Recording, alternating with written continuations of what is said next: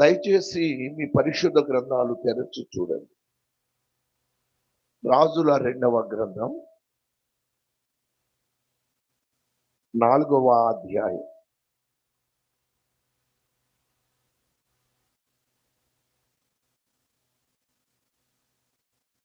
నాలుగవ అధ్యాయం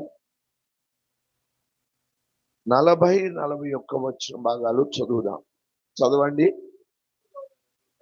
తినుటకు వారు వడ్డింపగా ప్రవక్తల శిష్యులు రుచి చూచి, దైవజనుడా, కుండలో విషమున్నదని కేకలు వేసి దానిని తినక మానిరి.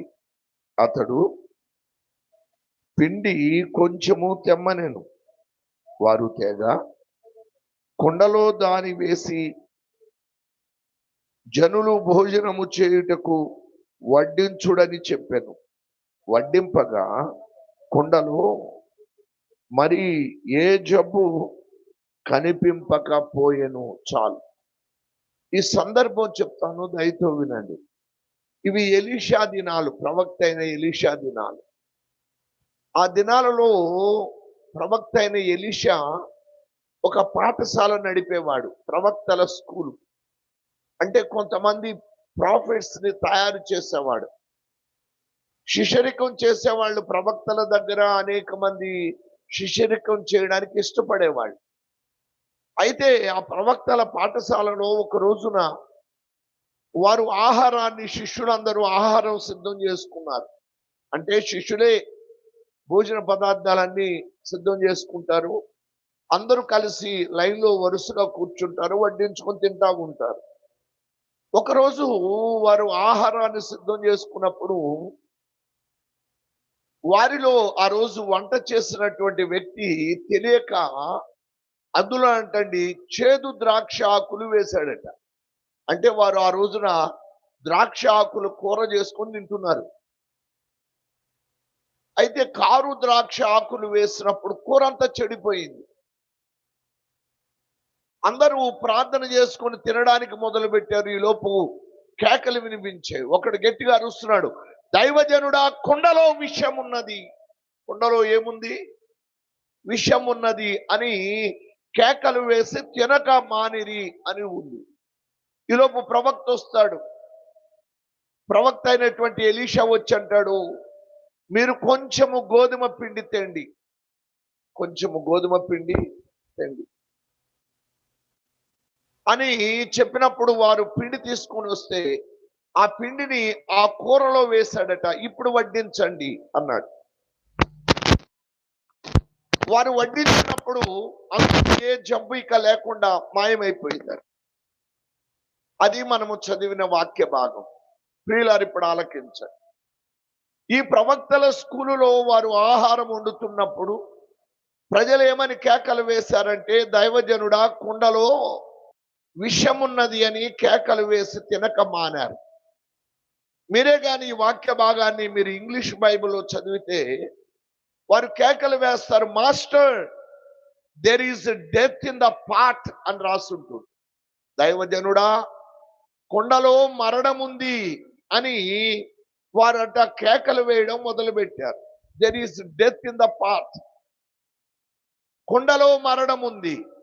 అయ్యా, ఆధ్యాత్మికంగా ఈ కుండ ఎవరు అనుకుంటున్నారు? మానవ జీవితం దేవుని యొక్క దృష్టిలో ఒక కుండ లాంటిది. మానవ జీవితం కుండ లాంటిది. బైబిల్లోనండి మనుషుని యొక్క శరీరాన్ని అపోస్తలుడైన పౌలు అన్నాడు, భూమి మీద శిథిలమైపోవు ఈ గుడారము అన్నాడు. యోబు తాతయ్య అంటాడు, నా సంచిలో నా అతిక్రమములు ముద్రింపబడి ఉన్నవి అంటాడు. దీన్ని సంచి అంటాడు. యేసు ప్రభువు దీన్ని ఏమంటాడు తెలుసండి? మన శరీరాన్ని తిత్తి అంటాడు. ఎవడును పాత తిత్తులలో క్రొత్త ద్రాక్ష రసము పోయాడు కదా. తిత్తి అంటే మన శరీరం. కొంతమంది కోపం వచ్చినప్పుడు తిత్తి తీస్తా అంటారు. అంటే అర్థం ఏంటి? తోలొలుస్తానని. అది యేసయ్య భాష, అది నా భాష కాదు. ఎవడును పాత తిత్తులలో క్రొత్త ద్రాక్ష రసము పోయాడు కదా. పాత తిత్తి మన పాపపు పాత స్వభావం. అందులో క్రొత్త ద్రాక్ష రసం ప్రభు అయిన యేసయ్య. మనం ఇంకా పాపములో ఉండి యేసయ్యను వెంబడిస్తే ఆ తిత్తి పిగిలిపోతుంది. అది దాని భావం. యోబు తాతయ్య దీన్ని సంచి అన్నాడు. నా అతిక్రమములు నా సంచిలో ముద్రింపబడి ఉన్నది. దావీదు తాతయ్య ఈ శరీరాన్ని ఏమంటాడంటే ఒరిగిపోవు గోడ అంటాడు. మన శరీరాన్ని మన ఆత్మ వదిలిపెట్టి వెళ్ళిపోతే ఒక గోడ ఒరిగిపోయినట్టు పడిపోతాం. ఇక ఆ గోడ పని ఫినిష్. అయితే ఇక్కడ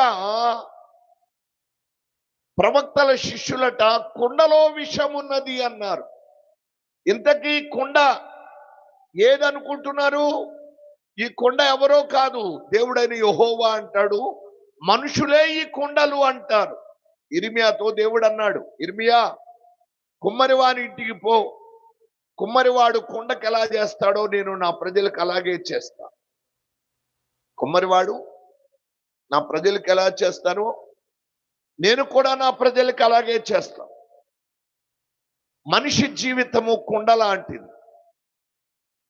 దేవుని బిడ్డలారా, ఈ కుండలో మరణం ఉంది. ఈ కుండలో ఏముంది? దైవజనుడా కుండలో విషం ఉంది అని కేకలు వేశారు. దాని ఒరిజినల్ ట్రాన్స్లేషన్ లో దైవజనుడా, master, there is death in the pot అంటారు. కుండలో మరణం ఉంది, మరణం ఉంది. మన జీవితాలు కుండ లాంటి. నేను అప్పుడప్పుడు చెప్తూ ఉంటాను, ఈ కుండను ఒక ఆయన అంటాడు, తొందరెందుకు తోలుకుండా నీకు తొందరెందుకు ఓటికుండా, దినదినము కడగాలి కుండ నిన్ను దినదినము కడగాలి కుండ. ఒక దినము నిన్ను మరచి నిన్ను తోమకుంటేను మరునాటికే నీవు మలినమైపోతావు. తొందరెందుకు తోలుకుండా నీకు తొందరెందుకు ఓటికుండా అంటాడు. అంటే మన జీవితాలు తొందరపడేటువంటి కుండలాంటి జీవితాలు ఇవి. దీన్ని దినదినము కడగాలి. అయితే ఇప్పుడు నా అంశంలోకి వస్తున్నా, బాగా వినండి. కుండ మానవ జీవితం. ఈ మానవ జీవితంలో దేవుని బిడ్డలారా మరణం ఉంది, మరణం ఉంది. మనము చనిపోతాం, మనం చనిపోతాం. మీకు ఒక విషయం చెప్పాలి, ఈ మరణానికి ఒక ప్రత్యేకత ఉంది. కొరింథీయులకు రాసిన పత్రికలో తీయొద్దెవరు, నేను రిఫరెన్స్ చెప్తే అక్కడే గంటల తరబడి ఉండాల్సి వస్తుంది. కొరింథీ పత్రికలో అంటాడు, ఓ మరణమా నీ ముల్లెక్కడ, ఓ మరణమా నీ విజయం ఎక్కడ? మరణపు ముళ్ళు పాపము, పాపము వలన వచ్చు. పాపమునకున్న బలము ధర్మశాస్త్రం అంటాడు. అయితే మరణపు ముళ్ళు యేసయ్య విరిచివేశాడు. కానీ ఇక్కడ నేను మీకు మీరు ఎన్నడూ ధ్యానం చేయని ఒక విషయాన్ని జ్ఞాపకం చేసి ప్రార్థన చేస్తాను. మనుషుని జీవితంలో మరణం ఎందుకు వచ్చింది? మనుషుని జీవితంలో మరణం రావడానికి కారణం ఏంటి? మీరు అంటారు, ఆదాము తాతయ్య పాపం చేశాడండి, అందుకు మరణం వచ్చింది అనుకుంటారు. కానీ నేను మీకు ఒక సీక్రెట్ చెప్పాలి. ఈ మరణాన్ని పెట్టింది దేవుడే. మరణాన్ని పెట్టింది ఎవరు? దేవుడే. కారణం ఏంటంటే దేవుడు ఈ విశ్వలోకాలన్నిటినీ శుద్ధి చేయాలి అనుకున్నాడు. విశ్వలోకాలంటే మన భూమి లాంటి భూములు కోటాను కోట్లు ఉన్నాయి. అందులో కూడా మనుషులు ఉన్నారు. మీరు ఒక వాక్యాన్ని చదవండి, పరమగీత గ్రంథం 6వ అధ్యాయం 8వ వచనం చదవండి. పరమగీతం 6:8. 60 మంది రాణులను 80 మంది ఉపపత్నులను లెక్కకు మించిన కన్యకలను కలరు. నా పావురము నా నిష్కలంకురాలు ఒకతే. ఆమె తన తల్లికి ఒకతే కుమార్తె. కన్న తల్లికి ముద్దు బిడ్డ. స్త్రీలు దానిని చూచి ధన్యురాలు అందరు. ఆగండి ఆగండి, ఇక్కడ మళ్ళా చదవండి ఆ వచనాన్ని. పరమగీత గ్రంథం 6వ అధ్యాయం 8వ వచనం. 60 మంది రాణులు, 80 మంది ఉపపత్తులు. ఆగండి ఆగండి, బైబిల్ భాషలో వాక్య పరిభాషలో రాణి అంటే ఎవరంటే సంఘం, రాజు అంటే మన ప్రభు అయిన యేసుక్రీస్తు. యేసయ్య రారాజు, మన దేవుడు రారాజు, ఆయన విశ్వ చక్రవర్తి. నేను ఈ మధ్య ఒక కీర్తన రాశాను. ఆయన మహిమ ప్రపంచపు మహారాజు. అయితే ఆయన రాజు అయితే రాజుగారి భార్య రాణి. అంటే రాణి అంటే ఇప్పుడు మనం ఏమని చెప్తామంటే సంఘం అంటాం. ఇంతకీ సంఘం అంటే ఎవరు? చాలా మంది రేపు పరలోకంలో ఉండేది మా సంఘమే అంటారు. ఇంకా మిగిలిన సంఘాలు ఏమి పరలోకానికి పోవు. వినండి, మీకు అర్థమయ్యేటట్టు చెప్తాను. సిపిఎం అని ఒకటి ఉంది, టిపిఎం అంటారు, ది పెంటెకోస్టల్ మిషన్. దాన్ని వినండి. వాళ్ళంటారు వాళ్ళు పెళ్లిని, వివాహాన్ని నిషేధిస్తారు. వాళ్ళంటారు పరలోకంలో ఉండేది రేపు మేమే అంటారు. పరలోకంలో ఉండేది రేపు మేమే. కారణం ఏంటంటే పరలోకంలో సియోను కొండ మీద 1,44,000 మంది స్త్రీలు ఉన్నారట, పురుషులు ఉన్నారట. ఆ పురుషులు తెల్లటి వస్త్రాలు వేసుకున్నారట. వారు స్త్రీ సాంగత్యము ఎరుగని వారు. 1,44,000 మంది మేమే పెళ్లి చేసుకోకుండా పరిశుద్ధంగా ఉన్నాం అంటారు. అయితే వాళ్ళ యొక్క వ్యాఖ్యాన ప్రకారం, వారి యొక్క సిద్ధాంతం ప్రకారం పరలోకంలో ఉండేది 1,44,000 మంది పురుషులే. అయితే అందరూ కాస్త వినండి, మరి పరలోకంలో ఆడోళ్ళు ఉండరా? అమ్మా చెల్లి మాణిక్యమ్మ, పరలోకంలో ఆడవాళ్ళు ఉంటారా ఉండరా? మాట్లాడరే? ఒకవేళ పరలోకంలో ఆడవాళ్ళు లేరు అనుకోండి, ఇంకా ఈ ముసుగులన్నీ తీసేస్తారు మీరు. అవునా కాదా? ఒకవేళ వాళ్ళ సిద్ధాంత ప్రకారం స్త్రీ సాంగత్యం ఎరుగని 1,44,000 మంది మేమే అని వాళ్ళే కానీ ఊహించుకుంటే పాపం. వాళ్ళు ఇంకొకటి కూడా చెప్పాలి, వాళ్ళని అడగాలి, బాబు పరలోకంలో ఆడవాళ్ళు ఉండరా? ఉంటారు అంటారు వాళ్ళు కూడా. మరి ఉంటే బైబిల్ ఏమని రాయాలి? సియోను కొండ మీద ఉండే 1,44,000 మంది మేమే అంటారు సిపిఎం వాళ్ళు, టిపిఎం వాళ్ళు. అంటే పరలోకంలో ఉండేది వాళ్ళేనా? ఇంకొకళ్ళు ఉన్నారు ఈ మధ్య కాలంలో. మాది ఈ ప్రపంచంలో మొదటి మిషన్ అది, మాది బ్యాప్టిస్ట్ మిషను, బ్యాప్టిస్ట్ వాళ్ళే పరలోకంలో ఉంటారు అంటారు వాళ్ళు. ఇంకొక గుంపు ఉంది, మాది బైబిల్ మిషన్. ఏ మిషన్? Bible mission. పరలోకంలో ఉండేది మా బైబిల్ మిషన్ అంటాడు ఇంకొక ఆయన. ఇంకొక ఆయన అంటాడు మేము యేసునామ భక్తులమి. ఏ నామం మాది? యేసునామ భక్తులమి, పరలోకం మాది అంటాడు ఇంకో పెద్ద ఆయన. ఇంకొక ఆయన అంటాడు మాది బ్రదర్ అని గ్రూప్ అండి, పరలోకంలో ఉండేది మేమే అంటాడు ఇంకొక ఆయన. నేను మీకు ఒక చిన్న ప్రశ్న. ఒక ఆయన బైబిల్ మిషన్, ఆయన మాదే పరలోకం అంటే మాది ఏమైనా ఖురాన్ మిషనా? మాది కూడా బైబిల్ మిషనే. ఇంకొక ఆయన వచ్చి అంటాడు మేము బ్రదర్ అని గ్రూప్ అండి మాది. ఏ గ్రూపు? బ్రదర్ అని గ్రూప్ అండి మాది అంటాడు. మాది ఏమన్నా బామర్దుల గ్రూపా? మాది కూడా బ్రదర్ అని గ్రూపే. ఇంకొక ఆయన వచ్చి అంటాడు మేము యేసునామ భక్తులు అంటాడు. మేము కూడా అదే చెప్పేది, యేసు నమ్మండి పరలోకానికి పోతారని చెప్తాం, కానీ ఇంకొక ప్రసంగం చెయ్యం. అయితే 60 మంది రాణులు అన్నాడే, ఎందుకు వచ్చాను ఇటువైపు చెప్తా వినండి. 80 మంది ఉపపత్నులు, లెక్కకు మించిన కన్యకలు కలరు, అయినను నా పావురము నా నిష్కలంకురాలు ఒకతే అన్నాడే. ఆ 60 మంది రాణులు ఎవరు అంటే మన భూలోకము లాంటి భూలోకాలు 60 మనకలాగా పవిత్రంగా ప్రార్థించే 60 మంది రాణులు ఉన్నారు. సంఘం అంటే ఎవరు అనుకుంటున్నారు? ఆదాము తాతయ్య మొదలుకొని రాకడ వరకు క్రీస్తు ప్రభు వారి వరకు ఉన్న పరిశుద్ధులందరినీ కలిపి సంఘం అంటారు. ఏదో మా ఒక్క డినామినేషన్ పరలోకంలో ఉంటుంది అంటే నువ్వు పెద్ద వెర్రి ఆలోచనలో ఉన్నావని అర్థం. సంఘం అంటే ఆదాము తాతయ్య మొదలుకొని రాకడ వరకు ఉన్న పరిశుద్ధులందరి సమూహం. అర్థమవుతుందండి? అన్ని డినామినేషన్ పరిశుద్ధులు ఉన్నారు, మీకు తెలుసో లేదు. ఆర్సిఎం లో పరిశుద్ధులు ఉన్నారు, బ్యాప్టిస్ట్ మిషన్ లో పరిశుద్ధులు ఉన్నారు, సిపిఎం లో పరిశుద్ధులు ఉన్నారు, అలాగే తెల్ల బట్టలు వేసుకొని పరిశుద్ధంగా ఉండే వాళ్ళు ఉన్నారు, తెల్ల బట్టలు వెనక పాపం చేసే వాళ్ళు కూడా ఉన్నారు. లేరంటారు మీరు? అన్ని డినామినేషన్లో ఉన్నారు, అందరిలో ఉన్నారు. రాణి అంటే సంఘం. ఇప్పుడు వినండి, ఇలాంటి లోకాలు కోటాను కోట్లు ఉన్నాయి. మీకు ఆధారం చెప్పమంటారా?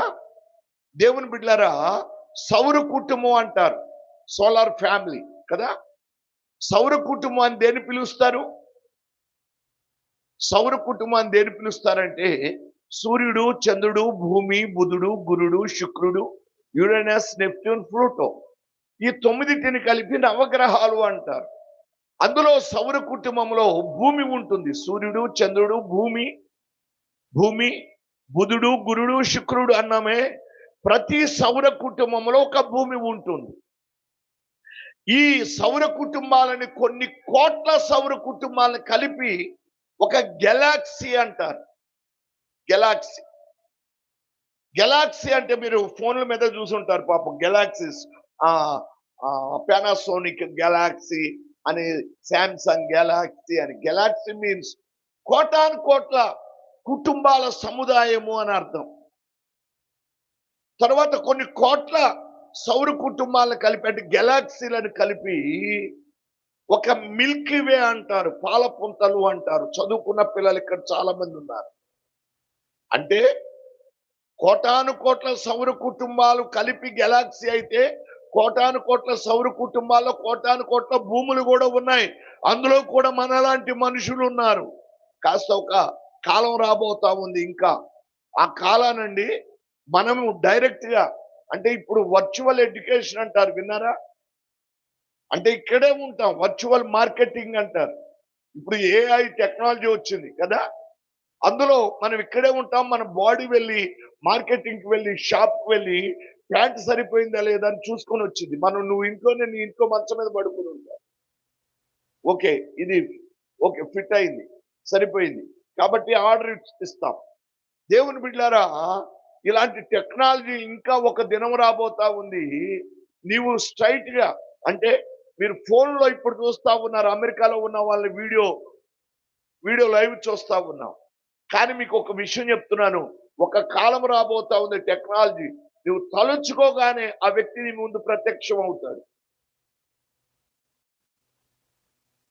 ఆ కాలాన ఈ విశ్వలోకాలన్నీ మన కళ్ళకు కనబడతాయి. ఇదివరకు మనకి జ్ఞానం లేనప్పుడు, టెక్నాలజీ లేనప్పుడు ఏమన్నారంటే బోళ్ళని కట్టుకథలు చెప్పారండి. చందమామ రావే, జాబిల్లి రావే అని పాటలు పాడారు. ఇప్పుడు తెలిసింది అది రాదు, అక్కడే ఉంటుందని. పిల్లలకు నువ్వు ఎన్ని అబద్ధాలు చెప్పినా చందమామ రాదు, జాబిల్లి రాదు, కొండెక్కి రాదు, గోరు ముద్దలు ఏమి తినిపించదు. అది ఇప్పుడు తెలిసింది. ఇదివరకంటే మన తాతల నాడు చిన్నప్పుడు, మన పిల్లలుగా ఉన్నప్పుడు ఉరుములు, పిడుగులు వస్తే ఏమనేవాళ్ళంటే, వర్షం వచ్చేట పిడుగులు పడుతుంటే అర్జున అర్జున అనాలంట. ఏమనాలి? ఎందుకు అర్జున అనాలంటే పిడుగులు పడతాయంట. అర్జునుడు అంట మేఘాల మీద పోతా ఉంటే అర్జునుని యొక్క రథపు శీల కింద పడితే అది పిడుగంట. మన మీద పడకుండా ఉండాలంటే పెద్ద ఆయన పేరు గుర్తు తెచ్చుకోవాలంట. అప్పుడు నాకు డౌట్ వచ్చేది. ఏమని డౌట్ వచ్చేదంటే, పాపం మేఘాలు వర్షాలు పడ్డప్పుడల్లా అర్జున్ తాతయ్య మేఘాల మీద పోతా ఉండి అతని యొక్క రథపు యొక్క ఇరుసు చక్రం యొక్క శీల పడేసుకోవటమేనా అని. అంతేకాదు, మళ్ళీ ఇంకో డౌట్ ఏంటంటే, అసలు ఈ శీల ఎన్నిసార్లు పడింది, మళ్ళీ ఎప్పుడు తీసుకెళ్లి పెట్టుకుంటాడు దానికి? వీళ్ళని డౌట్స్ అండి, ఎందుకంటే తెలివి తక్కువ వాళ్ళం కాబట్టి. ఇప్పుడు ర్యాకెట్ యుగం వచ్చాక తెలిసింది, అది అర్జున్ రథం కాదు, అదేమి మేకు సుత్తి శీల కాదు, అది ర్యాపిడ్ లో బాగా సరవేగంతో 2 మేఘాలు వెళ్ళేటప్పుడు ఇలా ర్యాపిడ్ అయినప్పుడు, ఇలా రాసుకున్నప్పుడు విద్యుత్ పుడుతుంది అక్కడ. అదే అతి హై స్థాయిలో, ఉన్నతమైన లెవెల్లో అది విద్యుత్ పుట్టినప్పుడు కిందకి పిడుగులాగా వచ్చేస్తుంది. పిడుగంటే ఏదో కాదు, అక్కడ అది ఒక విద్యుత్ కేంద్రం ఏర్పడుతుంది అక్కడ. అది ఇప్పుడు తెలిసింది. ఇంకొక కాలం రాబోతా ఉంది. ప్రస్తుతం చంద్రమండలం మీదకి, దగ్గరలో ఉన్న అంగారకుడి మీదకి వెళ్ళడానికి ప్రయత్నం చేస్తున్నారు. వేరు వేరు గ్రహాల్లోకి మనం వెళ్తాం. అంత హై టెక్నాలజీ వస్తా ఉంది. అప్పుడు అన్ని గ్రహాల్లో ఉన్న వ్యక్తులను మనం చూస్తాం. ఇప్పటికే కొంతమంది మనకు కనబడతా ఉన్నారు. వారిని గ్రహాంతర వాసులు, బుద్ధ జీవులు, ఎలియన్స్ అన్నాం. ఎవరు వాళ్ళు? వేరే గ్రహాల్లో ఉన్న వ్యక్తులు. ఇలాంటి లోకాలు బోళ్ళన్నీ ఉన్నాయి, అందులో కూడా మనుషులు ఉన్నారు. కానీ ఇప్పుడు నా విషయం ఒక్కటి చెప్పి ప్రార్థన చేస్తా, అందుకు పునాది వేసైపడు. ఇన్ని గ్రహాల్లో ఉన్న మనుషులు ఎవ్వరికీ ప్రాణము పోదు. ఈ భూమి మీద ఉన్న మనకే ప్రాణం పోతుంది, ఇంకెవరికి పోదు. పరలోకంలో ఉన్న దేవదూతలకు కూడా ప్రాణం పోదు. నేను మీకు అప్పుడప్పుడు చిన్న ప్రశ్న వేస్తా ఉంటా. యేసయ్య భూమి మీదకి ఎందుకు వచ్చారు? యేసయ్య భూమి మీదకి ఎందుకు వచ్చారు? మీకు గుర్తొచ్చే వాక్యం చెప్పండి ఏదో ఒకటి. నశించిన దాన్ని వెతకి రక్షించుటకు మనిషి కుమారుడు ఈ లోకానికి వచ్చాడు. పాపులను రక్షించుటకు క్రీస్తు యేసు ఈ లోకానికి వచ్చాడు కదా. ఇలాంటివన్నీ చెప్తూ ఉంటాం. యోహాను పత్రికలో అపవాది క్రియను లయము చేయుటకు మనిషి కుమారుడు ఈ లోకమునకు వచ్చినని ఇలాంటి వాక్యాలు చెప్తారు. అయితే మీకు ఒక చిన్న ప్రశ్న, దానికి రైట్ ఆన్సర్ చెప్పిన వాళ్ళకి 1116 గిఫ్ట్ ఇస్తాను. అదేంటంటే, యేసు ప్రభు పరలోకములో ఉండి భూమి మీద ఉన్న పాపిని రక్షించలేడా? దాని అర్థమవుతుందా? యుగంలో నా ప్రశ్న అర్థమైందా సార్? అయ్యలారా మాస్టర్ అర్థమైందా?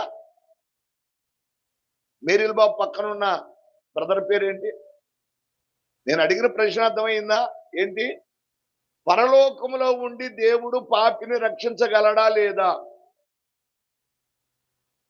పాపిని పరలోకం నుండి దేవుడు రక్షించలేడా పాపిని? ఇప్పుడు మీకు డౌట్ వచ్చింది, ఈ పాస్టర్తో ఆన్సర్ ఏం చెప్పినా తప్పులాగే ఉంది, మన గాలి తీసి పెడతాడు అట్లా ఉన్నాడు ఈయన.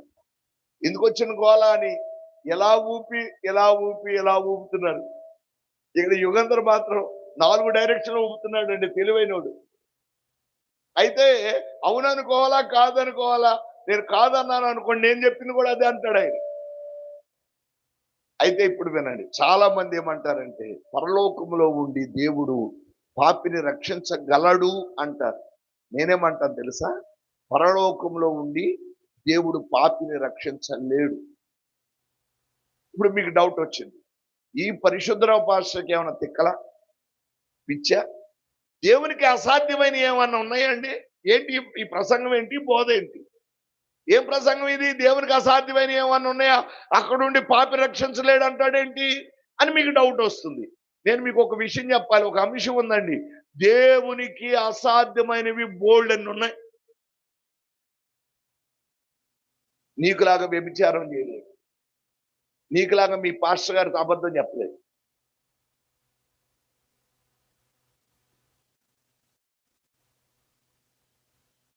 నీకులాగా మోసం చేయలేడు,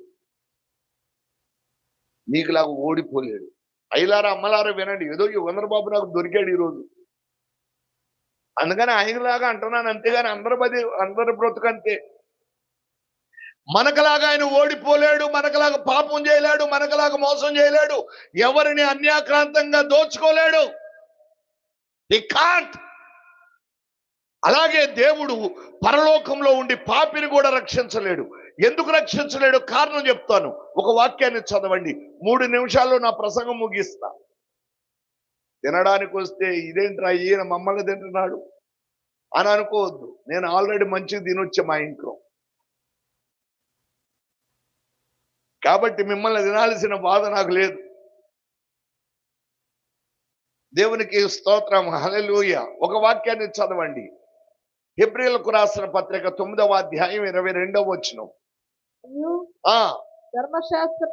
మరియు ధర్మశాస్త్ర ప్రకారం సమస్త వస్తువులను రక్తము చేత శుద్ధి చేయబడుననియు, రక్తము చిందింపకుండా పాప క్షమాపణ కలుగుదనియు సామాన్యముగా చెప్పవచ్చు.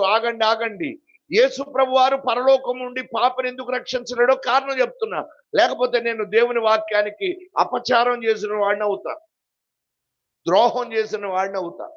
అసలు నా బోధే సరైనది అవ్వదు, సరైన నేను కారణం చెప్పకపోతే. కారణం ఏంటంటే ఆయన పరలోకంలో ఉండి పాపని ఎందుకు రక్షించలేడంటే, ధర్మశాస్త్ర ప్రకారం, మళ్ళా చదవండి ఆ వాక్యాన్ని, మరియు ధర్మశాస్త్ర ప్రకారము సమస్త వస్తువులను రక్తము చేత శుద్ధి చేయబడుననియు, రక్తము చిందింపకుండా పాప క్షమాపణ కలుగుదనియు సామాన్యముగా చెప్పొచ్చు. వినండి, పాపిని ఎందుకు పరలోకములో ఉండి రక్షించలేడంటే, పాపిని క్షమించాలంటే రక్త ప్రోక్షణం కావాలి. పరలోకములో ఉండి పాపిని ఎందుకు రక్షించలేడంటే, అక్కడ రక్త మాంసాలు లేవు కనుక. హలో, అందరు కాస్త వినాలి. హల్లెలూయా. గ్రహించారా? అక్కడుండి ఎందుకు రక్షించలేడంటే అక్కడ రక్త మాంసాలు లేవు గనుక రక్త మాంసాలు కలిగిన శరీరం కొరకు ఆయన ఈ భూమి మీదకి రావాలి. అందుకని మన శరీరం అండి, మీకు ఒక సంగతి చెప్పనా, మనకున్న ఈ భూమి మీద ఉన్నటువంటి వాళ్ళకున్న బ్యూటీ, అందం, సౌందర్యం ఇక ఏ లోకాల వాళ్ళకు ఉండదు. మీరు గ్రహాంతర వాసును చూడండి, వాళ్ళ ముఖాలు పాలిపోయినట్టు ఉంటాయి. మన భూనివాసును చూడండి, హ్యాండ్సమ్ గా ఉంటాం. అరే నువ్వు కూడా హ్యాండ్సమ్ గా ఉన్నావా అని అనుకుంటారు. నేను యూత్ లో ఉన్నప్పుడు నా ఫోటో చూస్తే చాలా మందికి ఫేమస్ అది, గడ్డం ఫోటో ఉంటుంది. దాన్ని చూసి అది వెల్ నోటెడ్ ఫోటో అది. మనం అందంగా దేవుడు మనల్ని చేశాడు. అంత స్టైలిష్ గా ఉంటారు ఈ భూలోకపు మనుషులు. అయితే నా ప్రియులారా, దేవుడు రక్త మాంసాలు కలిగిన శరీరం ఈ భూమి మీద ఉన్న మనకే ఇచ్చాడు. ఇక గ్రహాంతర వాసులకు బుద్ధ జీవులు అంటున్నారే, ఏలియన్స్ అంటున్నారే, వాళ్ళు ఎవరికి కూడా ప్రాణం పోదు. వారి ప్రాణము అంటే వారిని దేవుడు చెట్లు అంటాడు. చెట్టుకి ప్రాణం ఎక్కడ ఉంటుందండి? చెట్టుకి ప్రాణం ఏంటి అలా చూస్తున్నారు? నువ్వు వాక్యం ఇవ్వడానికి వచ్చావా, ప్రశ్నలు అడగడానికి వచ్చావా?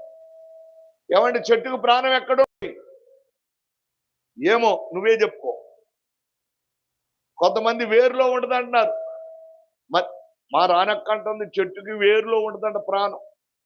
కొంతమంది ఏమో ఆకులోనండి అని. మీకు ఒక మాట చెప్పాలి, ఆకు తుంచండి, తీసుకెళ్ళి ఇంకో చోట ఇలా భూమిలో దించండి, అది ఖచ్చితంగా వేర్లు వస్తుంది. కొమ్మలో ఉంటుందండి ప్రాణం అంటారు. కొమ్మ నరకండి, చెట్టు బ్రతికే ఉంటుంది. కొమ్మని మరో చోట నాటితే కొమ్మ బ్రతుకుతుంది. చెట్టుకి ప్రాణం చెట్టు అంతా ఉంటుంది. అలాగే దేవదూతల కండి ప్రాణం వారి శరీరం అంతా ఉంటది. మనకేమో ప్రాణం మన రక్తంలో ఉంటది. ఒక నరం కట్ చేసి నిన్ను హాస్పిటల్ తీసుకుపోతే పోతావు. కానీ దేవదూతలకు నరం కట్ చేస్తే ప్రాణం రక్తం బయటికి పోదు కనుక వాళ్ళు పోరు. అలాగే మహిమ ప్రపంచపు వ్యక్తులకు ఎవరికి కూడా ప్రాణం పోదు. చేయి నరిగితే మళ్ళీ చేయి తీసుకొచ్చి ఇలా అంటించవచ్చు.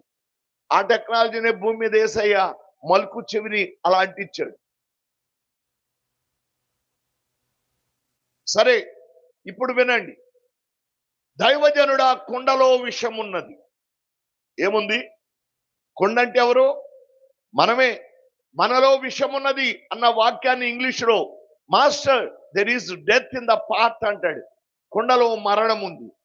మన శరీరాల్లో దేవుడు మరణం పెట్టాడు. కారణం ఏంటంటే దేవుడండి ప్రాణం పెట్టడానికి రావాలి కాబట్టి, దేవుడికి ప్రాణం పోదు కాబట్టి ఆయన ప్రాణము పోయే శరీరాలు కలిగిన మనల్ని చేసి ఆయన ఈ భూమి మీద మానవాళి విస్తరించాక, కాలము పరిపూర్ణమయ్యాక ఒక పవిత్రమైన కన్యకను ఎంపిక చేసుకొని ఆమె ద్వారా ఆయన భూమి మీదకి వచ్చి ఆయన కలువరి శిలువలో ప్రాణం పెట్టాడు. ఆయన కలువరి శిలువలో ప్రాణం పెట్టి ఆయన చనిపోవడానికే, చనిపోయే శరీరాలు కలిగిన మనల్ని చేశాడని, మనకే ప్రాణం పోవడానికి కారణం అది. ఇప్పుడు చెప్తా వినండి. 60 మంది రాణులు, 80 మంది ఉపపత్నులు, లెక్కకు మించిన కన్యకలు కలరు. అయినను నా పావురము, నా నిష్కలంకురాలు ఒకతే. ఆమె తన కన్న తల్లికి ముద్దు బిడ్డ. స్త్రీలు ఆమెను చూసి ధన్యురాలు అంటారన్నానే. ఎవరనుకుంటున్నారు? 60 మంది రాణులు అంటే 60 లోకాలు. ఇందాక చెప్పాను సంఘం అంటే రాణి అని. 60 లోకాల వ్యక్తులు ఉన్నారు. వారందరూ కూడా పరిశుద్ధంగా ఇలా మంచిగా భక్తిగా భజనలు చేస్తున్నారు. 80 మంది ఉపపత్నులు. ఉపపత్నులు అంటే ఎవరు? భార్య కోపకొచ్చే వాళ్ళే వాళ్ళు కూడా. అంటే దేవుడు అంటే భయమే కానీ సరైన ఆయన్ని ఎంపిక చేసుకోకుండా వాళ్ళు పర్ఫెక్ట్ వేలో లేని ఉపపత్నులు. లెక్కకు మించిన కన్యకలు. కన్యక అంటే సంఘం. అన్కౌంటబుల్ వర్జన్స్, అసంఖ్యాకమైన సంఘాలు, లోకాలు. అయినను నా పావురము, నా నిష్కలంకురాలు ఒకటే. ఆమె తన కన్న తల్లికి ముద్దు బిడ్డ. స్త్రీలు ఆమెను చూసేమంటారట, ధన్యురాలు అంటారన్నారే. ఈ భూలోక కన్యక ఆ ఒక్కతే అని చెప్పిన ఈ భూలోక కన్యక మనకే ప్రాణం పోతుంది. ప్రాణం పోయే శరీరాలు మనకివ్వడానికే దేవుడు మనం చేశాడు. మళ్ళా రేపు మన వాళ్ళు అందరూ లేస్తారు, మహిమ శరీరాలతో లేస్తారు. ఆ వరుసలో మా బావగారు కూడా లేస్తారు. ఎవరు? కొండమూది ప్రసాద్ గారు కూడా లేస్తారు. మమ్మాయి అనుకుంటుంది ఆయన లేస్తే, అన్నయ్య మీ బావగారు లేస్తే ఇంక అక్కడ కూడా కదలకుండా ఆయనతోనే ఉంటానంటది. అక్కడ ఈ పప్పులే ఉడకం. స్తోత్రం. మా చెల్లి మంచిది, చాలా మంచి అమాయకురాలు, ప్రేమ కలిగిన బిడ్డ. నవీన్ వాళ్ళ మదర్ కపటం లేకుండా మాట్లాడుతూ ఉంటుంది. అన్నయ్య ఆయన ఊరికే జ్ఞాపకం వస్తున్నారు, ఎన్నడూ మమ్మల్ని వదిలిపెట్టి ఉండదు. ప్రియులారా, మన ప్రియులందరినీ కలుసుకునే ఒక సమయం ఉంది. కాకపోతే ఇక్కడ ఒక చిన్న మతలాబు ఉంది. నువ్వు ఎవరినైతే ప్రేమిస్తున్నావో ఆ వ్యక్తి రక్షింపబడితే పరలోకంలో ఉంటాడు, నువ్వు కూడా అక్కడ ఉండాలంటే రక్షింపబడాలి, అంతే. ఈ సింపుల్ ఫార్ములా. అది చేసి చూడండి, రక్షింపబడండి, ఖచ్చితంగా ఆయన పరలోకంలో చూస్తారు. శామ్యూల్ బాబు ఉన్నాడు, వాళ్ళ బాబాయ్ గురించి చాలా బాగా చెప్తాడు. చాలా మంచోడండి అని. నాకండి నేను యూత్ లో ఉన్నప్పుడు రామకృష్ణ డాగీస్ ఉంది తెనాల దగ్గర. అక్కడ తెనాల్లో రామకృష్ణ డాగీస్ ఉంది కదా, అక్కడ నాకు పెద్ద ప్రింటింగ్ ప్రెస్ ఉండేది. నేను అప్పటికి చిన్నాడిని, నాకు ఇంటర్ అయిపోయిన తర్వాత నాకు ప్రెస్ ఉండేది. అప్పుడు నేను చిన్న బిజినెస్ చేశాను. నేను మా షాప్కి వచ్చి కూర్చున్నాడు ఈయన, కొండమూది ప్రసాద్ గారు. అప్పట్లో తెనాల్లో స్క్రీన్ ప్రింటింగ్ ప్రెస్ మాదే యూనిట్. నేను బిఎఫ్ఏ చేసే bachelor of fine arts. B Veerachari వీళ్ళందరూ ఉన్నారు. వాళ్ళు డైటోన్ స్లైడ్స్ చేసేవాళ్ళు, నేను కూడా చేస్తాను. నేను టౌన్ లో ఇద్దరమే ఉన్నాం. 1 రీల్స్ తీసి ఎన్వి ఆర్ట్స్ అని, ఎన్ అంటే నళిని వెంకటేషన్, అంటే ఆ ఎన్వి ఆర్ట్స్ వెంకటేశ్వరరావు నా ఫ్రెండ్. వీళ్ళు యాడ్స్ తెచ్చుకుంటే ఆ రీల్స్ తీసేవాడిని. అప్పుడు ఈయన మా షాప్కి వచ్చేవాడు, చనిపోయినాయి. నాన్న నీకు దేవుడు మంచి టాలెంట్ ఇచ్చాడు. జనాలు వస్తే మా షాప్కి వచ్చి అలా కూర్చున్నాడు. అలాంటి ఫ్రెండ్షిప్ మాది. అందుకే అన్నా నేను, ఏదో ఇప్పుడు ఈ మధ్య కాలపు ఫ్రెండ్షిప్ కాదు మాదే. దేవుడు మళ్ళీ ఆయన చనిపోయే ముందు మళ్ళా మమ్మల్ని కలిపాడు. ఒక రోజు నా శామ్యూల్ బాబు ప్రార్థన పెట్టుకుని అక్కడికి వచ్చాడు. ఏంటన్నా, నేను అన్నానేవాడిని, బావ అనేవాడిని కాదు. ఏంటన్నా ఎక్కడున్నా అంటే, మా కొడుకు అన్నాడు. అంటే ఈ శామ్యూల్ నాకు బామ్మ అల్లుడు వరుస అవుతాడు. ఓహో, అయితే నువ్వు బావ అయిపోయావులా, అన్నవు కాదు బావ అంత మొదలు పెట్టాడు. అయితే ఏది ఏమైనా దేవుని కలిగి చనిపోయాడు, పరలోకంలో ఉంటాడు ఆయన, అంతే ఖచ్చితంగా. మనం ఎవరు దుఃఖపడాల్సిన అవసరం లేదు. ఆయనను ప్రేమించే వాళ్ళు పరలోకంలో ఆయన చూడాలనుకుంటే మీరు కూడా అర్జెంటుగా బాప్తిసం తీసుకోండి. ఆయనను ప్రేమించి ఆయన కొడుకులు కానీ, కూతుర్లు కానీ, మేనల్లుళ్ళు కానీ, అల్లుళ్ళు కానీ, కోడళ్ళు కానీ, ఎవరైతే రక్త సంబంధికులు ఉన్నారో అందరూ దేవుని నీతి నెరవేర్చండి. ఆయనతో పాటు యేసయ్యతో ఆయన సదాకాలం ఉంటాడు, సదాకాలం మనం కూడా ఉంటాం. కనుక హ్యాపీగా అక్కడ ఎంజాయ్ చేయొచ్చు, ఇక్కడ కొంతకాలమే ఉంటాం. శాశ్వతమైన రాజ్యానికి హక్కును సంపాదించుకోండి. దేవుడు అందరినీ దీవించును గాక. చిన్న ప్రార్థన చేస్తాం, అయ్యగారికి సమయాన్ని ఇస్తాం. తల వంచండి ప్రార్థన. మహోన్నతుడా, ప్రేమ కలిగిన మా మహాపరిశుద్ధ తండ్రి, మీ బంగారు పాదాలకు వందనాలు. ఈరోజు కీర్తిశేషులు కొండమూది ప్రసాద్ గారిని బట్టి దిక్కొని వారు విడిచి వెళ్ళిన తన భార్యను, తన బిడ్డలు ఇరువురిని, కోడల్ని జ్ఞాపకం తెచ్చుకోండి. ఆయన ఉన్నప్పుడు కుటుంబం చాలా ధైర్యంగా ఉండేది. తను చూసి అనేకులు గౌరవించేది. మా తండ్రిని కోల్పోయి దుఃఖంలో బిడ్డలు ఉన్నారు, భర్తను కోల్పోయి దుఃఖంలో తన భార్య ఉంది. బిడ్డలను ఓదార్చండి, నెమ్మది కలుగు చేయండి. ఈరోజు దైవ సేవకులు నా తరువాత వాక్యాన్ని వెతబోతున్నారు. మీ ప్రియ కుమారులు భానుప్రసాద్ గారిని మీరు అభిషేకించి వాడుతారు. ఈ కుటుంబానికి కావలసిన ఆదరణ, నెమ్మది కలుగు చేసి కుటుంబాన్ని దీవించి మహిమపడండి. యేసయ్య నామములో ప్రార్థిస్తున్నాము తండ్రి. ఆమేన్. అయ్యగారికి సమయం ఇస్తాం. దేవునికి మహిమ కలుగును గాక. మరి మరణాన్ని గురించి, మరణం తర్వాత ఉన్న భవిష్యత్తుని గురించి చక్కగా దైవజనులు పరిశుద్ధ గారు మనకు వివరణ చేశారు. వారికి ధన్యవాదాలు. ప్రియులారా, మరి ఈరోజు మన మధ్యలో నుండి అరవులకు కొనుక్కోబడిన వీళ్ళు కొండమూరి ప్రసాదరావు గారు జ్ఞాపకం చేశారు. మరణం చూడకుండా వస్తున్నారు ఎవరు? పిల్లరా, మనం అందరం కూడా యాత్రికులు. ప్రయాణికులు ఏం చేస్తారంటే ఎవరు స్టేజీ రాగానే వాళ్ళు దిగుతారు. స్టేజ్ వచ్చిందాక ఉండరు, ముందే సిద్ధపడతారు. వచ్చేది జనాలు ముందే సిద్ధపడతారు. అట్లాగే మనం అందరం కూడా యాత్రికులు, ప్రయాణికులు. మనకి ఈ ప్రపంచంలో అనేక రకాల ఇన్విటేషన్స్ వస్తాయి. పెళ్లి, కుటుంబాలు, గృహప్రవేశం, ఫంక్షన్, మరి ఇంకా రకరకాలుగా ఎన్నో ఇన్విటేషన్ వస్తాయి. అనుకూలం ఉంటే వెళ్ళొచ్చు, లేకపోతే వెళ్ళకపోవచ్చు.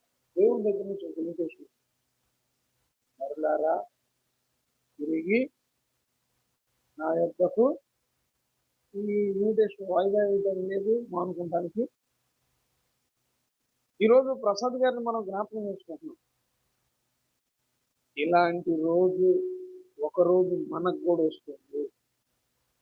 మనల్ని జ్ఞాపకం చేసుకునే రోజు కూడా బోధించే నాకు, వినే మీకు వస్తుంది.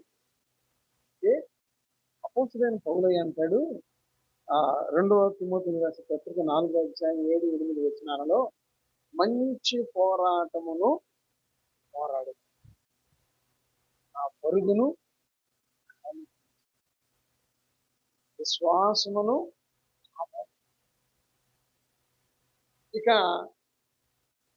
నా కొరకు ఒక నీతి కిరీటము, నాకు మాత్రమే కాదు ఆయన ప్రత్యక్షతను ఆపేక్షించే ప్రతి ఒక్కరికి అవకాశం. కనుక ప్రియమైన దేవుని బిడ్డలారా, మనకు ఇవ్వబడిన ఆయుష్కాలం 60 సంవత్సరాలు కావచ్చు, 70 సంవత్సరాలు కావచ్చు. మంచి పోరాటం. మనము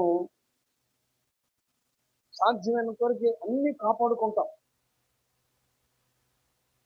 గృహాన్ని కాపాడుకుంటాం, నిద్రను కాపాడుకుంటాం, బంగారాన్ని కాపాడుకుంటాం, పశువులను కాపాడుకుంటాం, శరీర సౌందర్యాన్ని కాపాడుకుంటాం. అయితే అవన్నీ కాపాడుకోవటం మంచిదే. వాటన్నిటికంటే ప్రాముఖ్యమైంది జీవము గల దేవుని యందు విశ్వాసం. ఆఖరి వరకు మన విశ్వాసాన్ని కాపాడుకో. క్రీస్తు యేసునందు మృతి నొందిన మృతులు ఆఖరి వరకు కాపాడుకుంటూ ఉంటారు. ఏదో అవసరానికి వచ్చి అవసరం నిలిపోయినాక ఆయన బాయ్ అంటే విశ్వాసం కాదు. ఆయన వచ్చాడు, నీకోసం మరణించాడు, నిన్ను నన్ను నీతిమంతుడిగా తీర్చిదిద్దిన పునరుద్ధానుడయ్యాడు. మరి ప్రజలందరూ చూస్తూ ఉండగా ఆరోహణుడయ్యాడు.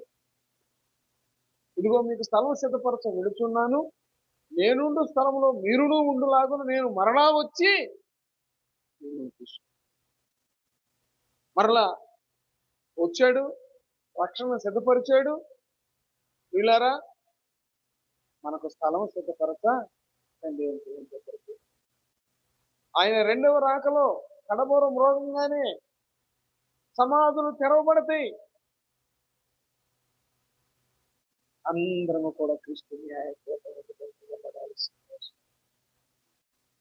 మేలు చేసిన వారు జీవ పునరుద్ధానమునకు, కీడు చేసిన వారు తీర్పు అనేటువంటి పునరుద్ధానమునకు. కనుక బిడ్డలారా, మరణం తగ్గి మరణానికి ముందే రక్షణ పొందుకుని నమ్మి మారుమూసి పొంది ఆయన కలువరి శిలువలో మన కొరకు చేసిన బలియాగాన్ని స్మరించుకుంటూ, దైవ సేవకులు మనకు జ్ఞాపకం చేసిన దేవుని లేఖనాలను నెమరు వేసుకుంటూ, విశ్వాసాన్ని కాపాడుకుంటూ, ఆఖరి వరకు ఆయన నామ స్మరణలో మనం నిలిచి ఉంటే భూమి మీద ధన్యులమే, పరమనందు మంచిదండి. నమ్మాడు, బాప్తిసం పొందాడు, సంఘంలో చేర్చబడ్డాడు, పరమను పొందాడు. మరి విడవబడిన వారి సంగతి ఏంటి? ఒక్క మాటకి ముగించేస్తే ప్రార్థన. లేఖనానుసారంగా ప్రసాద్ గారు ధన్యుడే. మరి మిగిలి ఉన్నారు కదా, వాళ్ళ సంగతి ఏంటి? 68 వచ్చేస్తారు, 68 వచ్చేస్తారు, 5, 6 వచ్చిన చదవండి, ప్రార్థన. 68 వచ్చేస్తున్నా, 5, 6. తన పరిశుద్ధాలయమందుండు దేవుడు తండ్రి లేని వారికి తండ్రియో, విధవరాండ్లకు న్యాయకర్తయ్యని. ఇట్లారా, ఏ కుటుంబంలో అయితే ఆయన యందు విశ్వాసం ఉంచిన వారు పరమునకు కొనుక్కోబడితే ఆ కుటుంబానికి ఆయనే తండ్రిగా, ఆయనే విచారణకర్తగా, ఆయనే ఆదరించే దేవుడిగా, కోల్పోయిన వాటి విషయంలో విడిచి వెళ్ళిన వారిని బలపరిచి భద్రపరిచి నడిపించే దేవుడు నజరుడైన యేసు. కనుక పరమునకు కొనుక్కోబడిన దీవినే, ఎడవబడిన వారికి దీవినే, ఆయన నమ్ముకున్న వారి అందరూ ధన్యులు. ప్రసాద్ గారి కుటుంబాన్ని దేవుడు ఆదరిస్తాడు. ఆయన మాటలు విని నడుస్తున్న మనల్ని బలపరుస్తాడు. నీవు నేను రక్షింపబడ్డా, రేపు అనే మాటకు రూపం లేదు, ఏ రక్షణ. ఇలాంటి దినం మనకు ఒక వస్తుంది. నువ్వు నమ్మి రక్షింపబడకుండా చనిపోతే నిత్య నరకాగ్ని కనుక మనకిచ్చిన చక్కగా రక్షణ పొంది నువ్వు చక్కగా మారు మనసు తగిన క్రియలు కలిగి ఉంటే ఎక్కడ ధన్యుడు, అక్కడ ధన్యుడు. ప్రసాద్ గారి గురించి వాళ్ళ బాబు చెప్పారు. ఎంతో ప్రేమ కలిగి, ఆప్యాయత కలిగి, కుటుంబాన్ని అంటిపెట్టుకుని, బిడ్డలను అంటిపెట్టుకుని మంచిగా వారి ప్రయాణాన్ని కొనసాగించారు. కుటుంబ అభివృద్ధి కొరకు ప్రయాసపడ్డారు, నమ్మారు, రక్షణ పొందారు, దేవుని పాదాల దగ్గర చేర్చబడ్డారు. అదేవిధంగా దేవుని కృప దయ ద్వారా సజీవులుగా ఉన్న మనమందరం కూడా నమ్మాలి, విశ్వసించాలి, దిద్దుబాటు చేసుకోవాలి, పరిశీలన చేసుకోవాలి, ఆయన రాకడ కొరకు సిద్ధపడాలి. అతి కృప దీవెన ఆశీర్వాదం దేవుడు మనందరికి దయచేస్తాడని మనం చేస్తూ ఈ కుటుంబాన్ని దేవుడు ఆదరిస్తాడని తెలియజేస్తూ దేవుని మాటలు ముగిస్తున్నాను. ప్రార్థన చేస్తున్నాం. పనిచేస్తున్నాం. మమ్మల్ని మిక్కిలిగా ప్రేమించిన మా పరలోక తండ్రి, మొదటిగా అయ్యా మీ దీనదాసులు పరిశుద్ధరావు గారు ద్వారా శ్రేష్టమైన సంగతి మాట్లాడారు. అయ్యా మేము నిన్నటి వారం నీడ వంటి వారం, ఈ దినం మేము సజీవులుగా ఉన్నామంటే మీ కృప. అయ్యా మాకంటే ముందుగా చనిపోయిన వారు, మాకంటే ముందుగా మీ రెండవ రాకలో వారు లేపబడతారు. అయ్యా కోల్పోయిన వారిని జ్ఞాపకం చేసుకుంటూ నిరుత్సాహపడకుండా, ఇదిగో నేను నమ్మి బాప్తిసం పొంది సంఘంలో చేర్చబడి, ఇదిగో నిరీక్షణ కలిగి, విశ్వాసం కలిగి, పరీక్షలను ఎదుర్కొంటూ ఆయన కృప కొరకు ఎదురు చూస్తే నేను ఆదరించబడతానని నమ్మకత్వం కలిగి అయ్యా. అపోస్తలుడైన పౌలు అంటున్నాడు, బ్రతుకుట క్రీస్తే, చావు అయితే నాకు లాభం. మరణము మమ్మల్ని మహిమలోనికి తీసుకెడుతూ, ప్రభువా మహిమగల తండ్రి, సర్వశక్తిమంతుడా, ఇదిగో చేరి కూడిన బిడ్డలందరిని ఆదరించండి. ప్రసాదరావు గారు విడిచి వెళ్ళిన కుటుంబాన్ని ఆదరించండి. అయ్యా మాలో అల్ప విశ్వాసం తీసేయండి, అపనమ్మకాన్ని తీసేయండి, అభ్యంతరాలు, ఆటంకాలు వైదొలిగింపజేయండి. మీ కాపుదల, మీ కృప, మీ దయ, మీ కటాక్షం మా మీద పొందవచ్చండి. మీ లేఖన సత్యాన్ని గ్రహించినట్టుగా సాగించి, మీ లేఖనానుసారంగా మేము జీవించి మీ కృపకు పాత్రలు ఉన్నట్టుగా సహాయం.